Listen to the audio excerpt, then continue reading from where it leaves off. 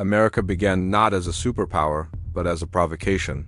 In 1776, 13 small colonies challenged the authority of the British Empire, the most powerful force on earth at the time. This was not just a military rebellion, it was an ideological one. The Declaration of Independence claimed that ordinary people had the right to overthrow tyranny, an idea that terrified kings and empires across Europe. If America succeeded, it would prove that power did not have to be inherited, ordained by God, or enforced by monarchy. It could belong to the people. From its very birth, the United States became dangerous, not because of its weapons, but because of its ideas. The Revolutionary War was watched closely by foreign powers. France supported the colonies not out of shared ideals, but because weakening Britain served French interests.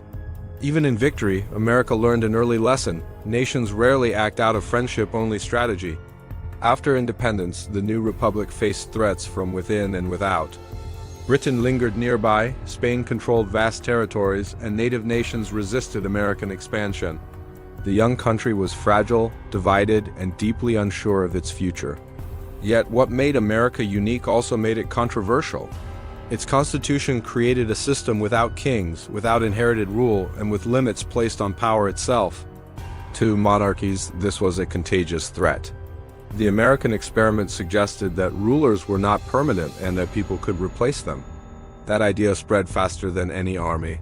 Revolutions in France, Haiti, and Latin America all echoed the American challenge to the old world order. From the start, America was targeted not because it was strong, but because it was symbolic. It represented instability to empires that depended on control.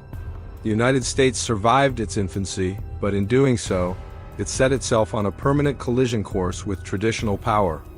The world had learned something new in 1776. Rebellion could succeed. And once that lesson was learned, it could never be erased. As the United States stabilized, it began to grow, and growth brought consequences.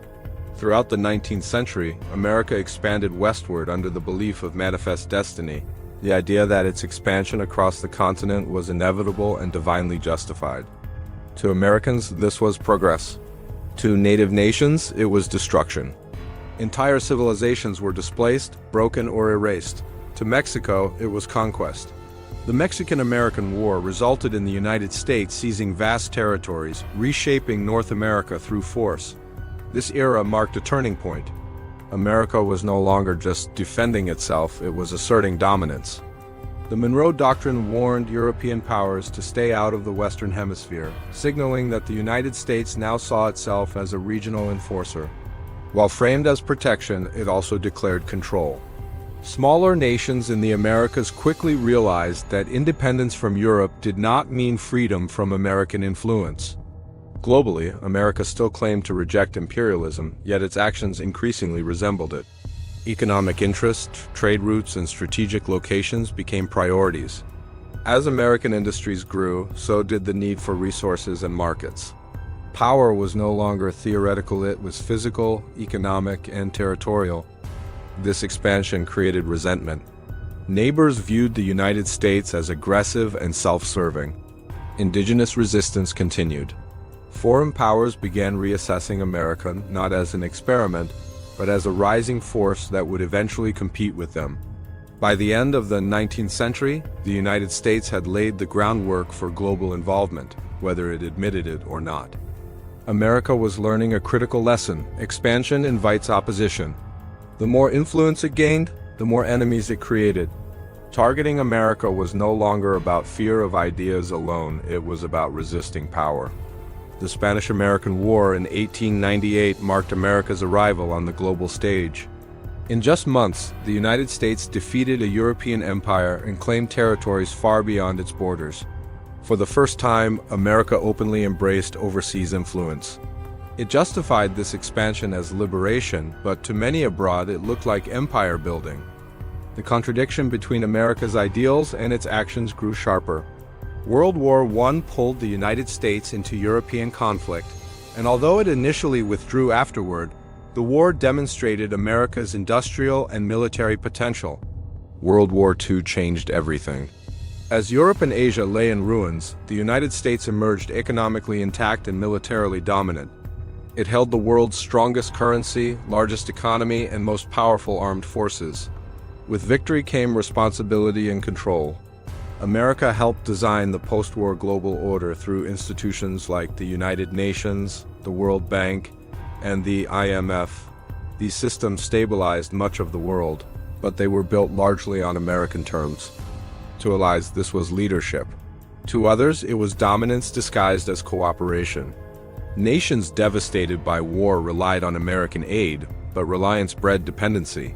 As American culture, money, and military presence spread worldwide, resentment followed. The United States was now unavoidable.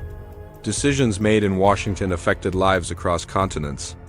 From this point forward, America was no longer simply targeted, it was challenged. The world was entering an era where opposing the United States meant opposing the system it had created. After World War II, the world split into two opposing visions.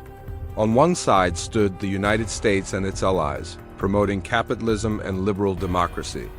On the other stood the Soviet Union, advancing communism. This ideological conflict shaped the second half of the 20th century. Direct war between the two superpowers risked nuclear annihilation, so battles were fought indirectly through proxy wars, coups, and covert operations. The United States intervened across Asia, Africa, Latin America, and the Middle East. Governments were overthrown, leaders assassinated, and wars prolonged, all in the name of containment. To American leaders, these actions were defensive. To those living through them, America appeared as an invisible hand manipulating their future. Vietnam became a symbol of resistance against American intervention. Afghanistan weakened the Soviet Union but left long-term instability. Across the globe, U.S. influence shaped political outcomes, often at the cost of local autonomy. By the end of the Cold War, America stood alone as the world's dominant power. But victory came with a price. Many nations remembered American involvement not as protection, but as interference. The targeting of America increasingly came from those who felt controlled rather than liberated. As ideology faded, resources took center stage. Oil became the lifeblood of modern power, and the United States positioned itself at the heart of global energy politics. Alliances were forged, wars were fought, and regimes were supported based on access to resources and strategic stability. America's military presence expanded worldwide with bases on nearly every continent. To supporters, these bases ensured security. To critics, they symbolized occupation. Economic tool sanctions, trade restrictions, and financial systems became weapons as powerful as missiles. The US dollar dominated global trade, giving America immense leverage. Countries that resisted American policies often faced economic isolation. Over time, this created deep resentment. Power no longer arrived only with soldiers, it arrived through banks, contracts, and corporations. By the turn of the century, America's influence was unmatched, but its image was deeply divided.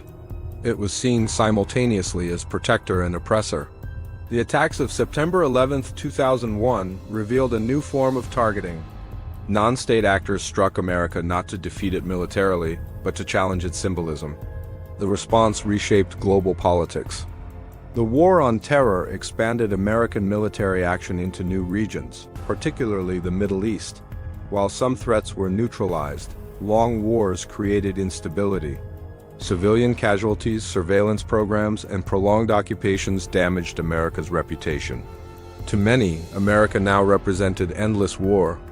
Terrorist groups framed the United States as an enemy of their culture and sovereignty. Targeting America became a message to the world, a rejection of Western dominance. Today, America faces competition not just from armies, but from economies, technology, and information. China challenges U.S. dominance through trade and infrastructure. Russia contests influence through cyber warfare and regional conflict. Power is now fought through data, narratives, and influence. America is targeted digitally, economically, and politically. The battlefield has shifted, but the conflict remains. Internally divided and externally challenged, America stands at a crossroads. Its greatest threats now come from within: polarization, distrust, and uncertainty. Foreign adversaries exploit these fractures, knowing that a divided superpower weakens itself. After 250 years, America remains powerful but no longer uncontested. Whether it adapts or declines will define not just its future, but the world's.